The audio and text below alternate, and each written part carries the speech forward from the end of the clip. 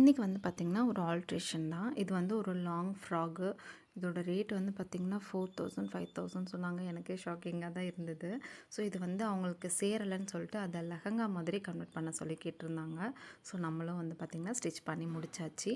மேலே உள்ள பாட்டை வந்து அதை அப்படியே பிரித்து எடுத்துட்டு கீழே உள்ள போர்ஷனுக்கு பட்டி வச்சு ரோப் உள்ள கொடுத்து அதை வந்து லெஹங்காவுக்கு ஃப்ராக் மாதிரி கீழே வர பாவாடை மாதிரி ஸ்டிச் பண்ணிவிட்டு மேலே வந்து தனியாக கிளாத் எடுத்து கொடுத்துருந்தாங்க.